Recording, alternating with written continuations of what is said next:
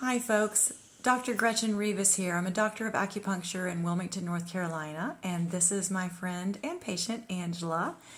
Angela and I reconnected last December, and it was almost Christmas, and she needed a little bit of help around Christmas time because she was so sick that she couldn't really do what she wanted to do for her children. So she reached out, and I went over to visit and found out that she was pretty sick. You want to share? Can you share just a little bit about what was going on back then? I can.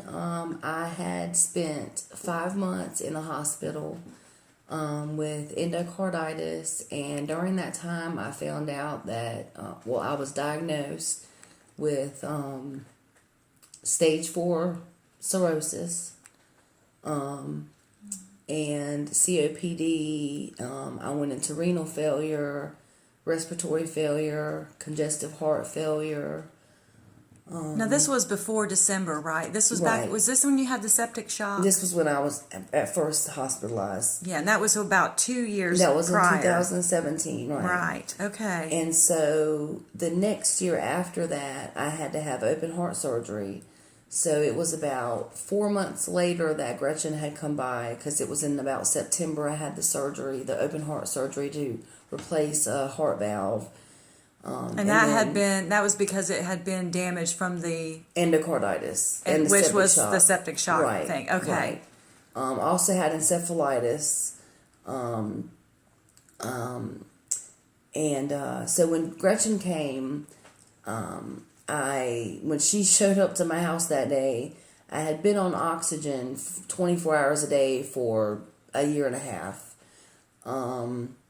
I could barely get up to walk to the door, to open the door to let her in. I was very sick, and I was being told by all of my doctors that there wasn't a whole lot of hope at this point, and that the only hope that I did have was to get a liver transplant.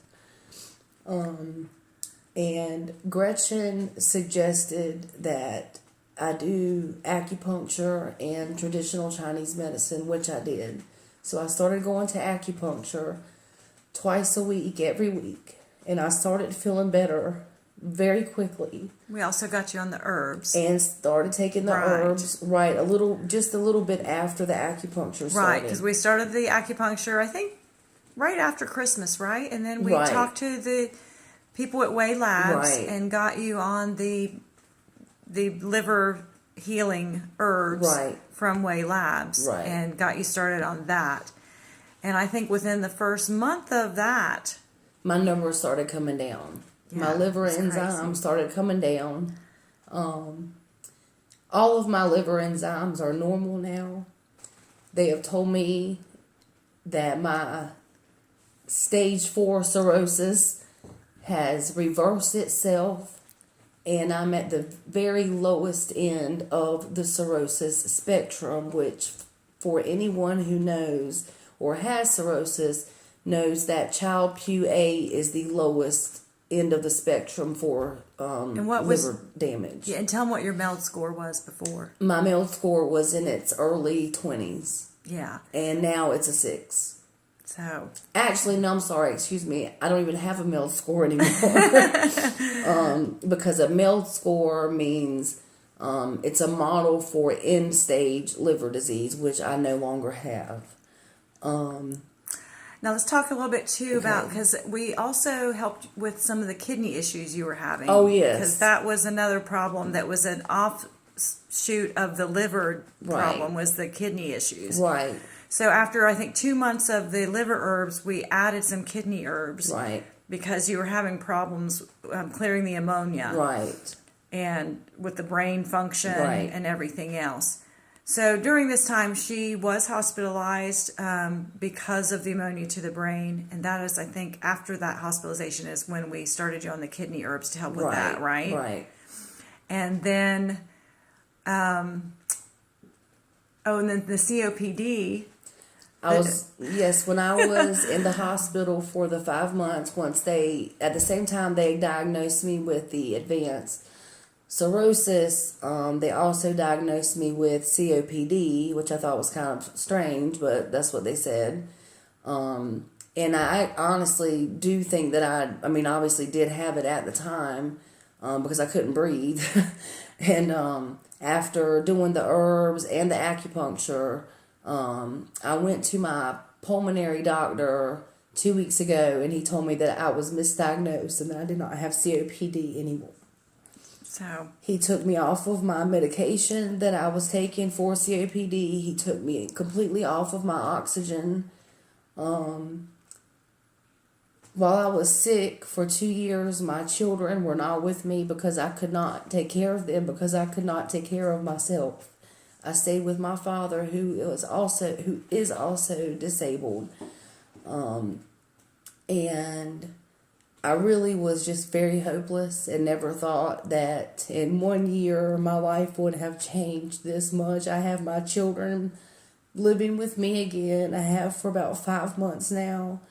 I get up every morning. I do everything I can for them. I do just normal things that any healthy person can do. And a year ago, I was laying on the couch, basically dying and unable to do anything for myself.